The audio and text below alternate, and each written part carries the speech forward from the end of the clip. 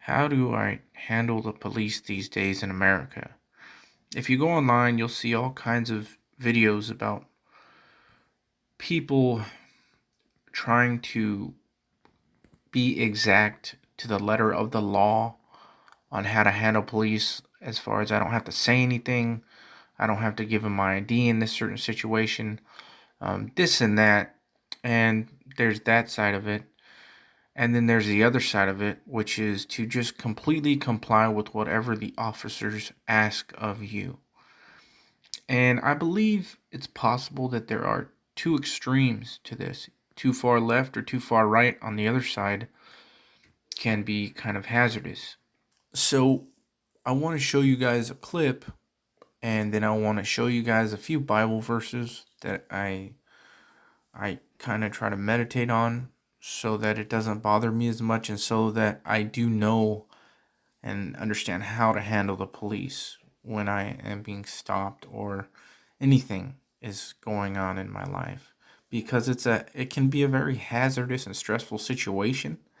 We live in a present evil world, where there is much racism, there's a lot of prejudice on any subject within people.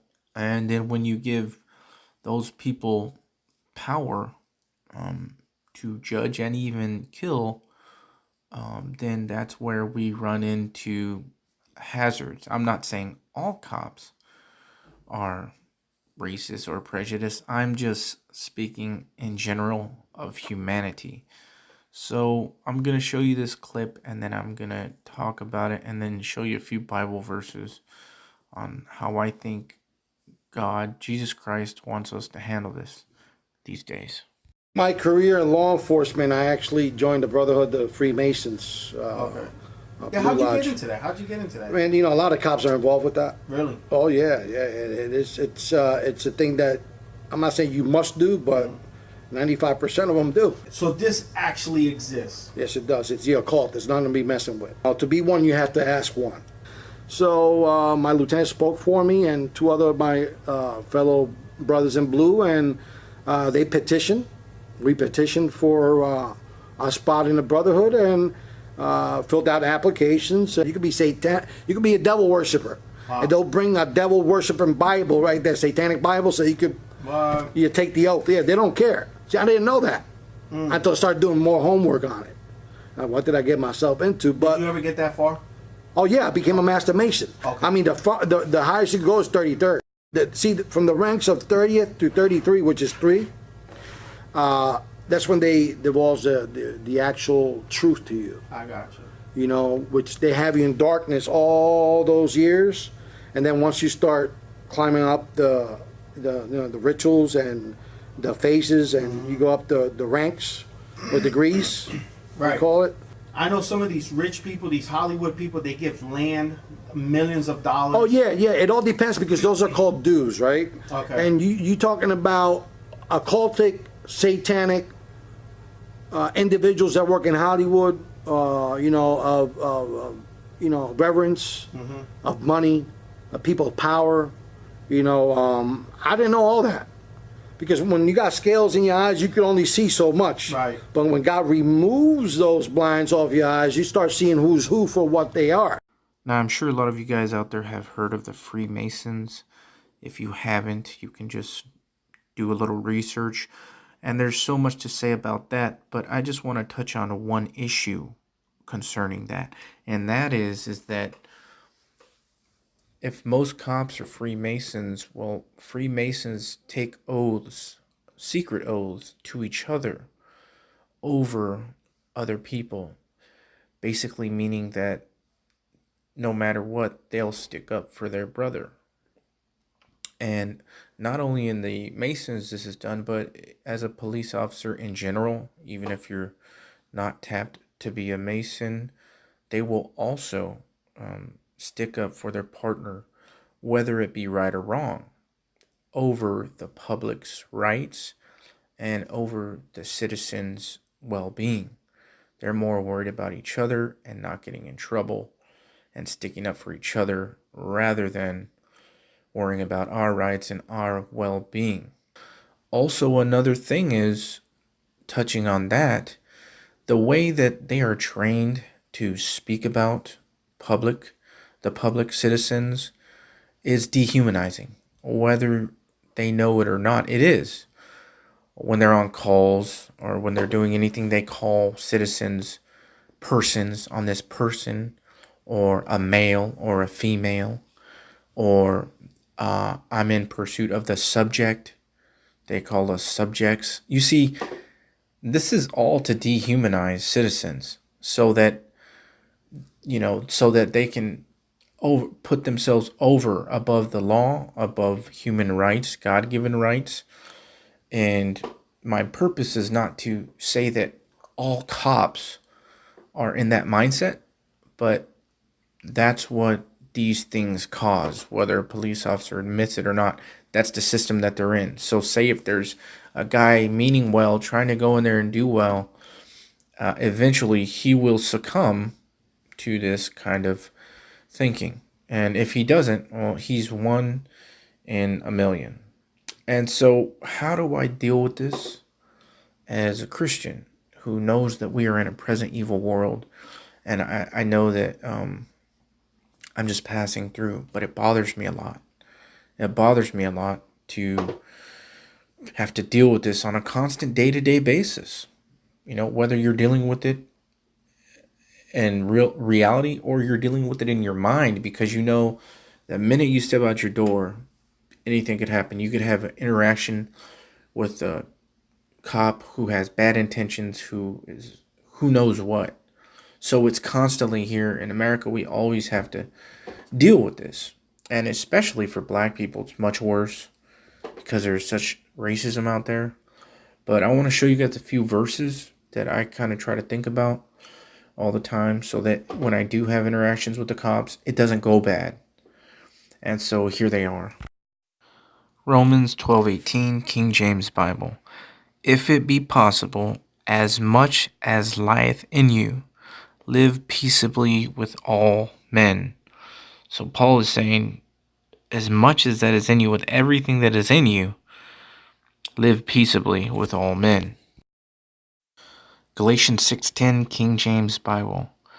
As we have therefore opportunity, let us do good unto all men, especially unto them who are of the household of faith.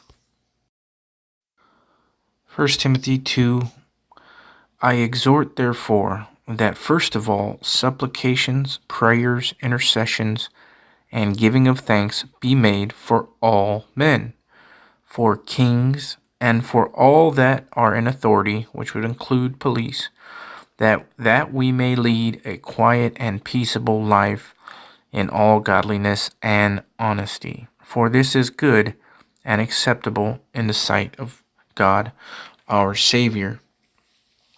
And so, what Paul really is putting out there in his gospel of grace for today, when you rightly divide, is that peace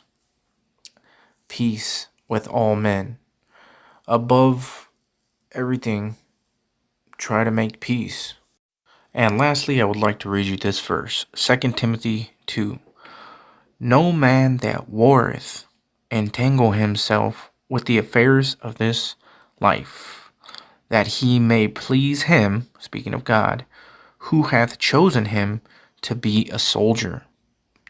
Paul is saying here, us who are warring, he is speaking about not the war against the government.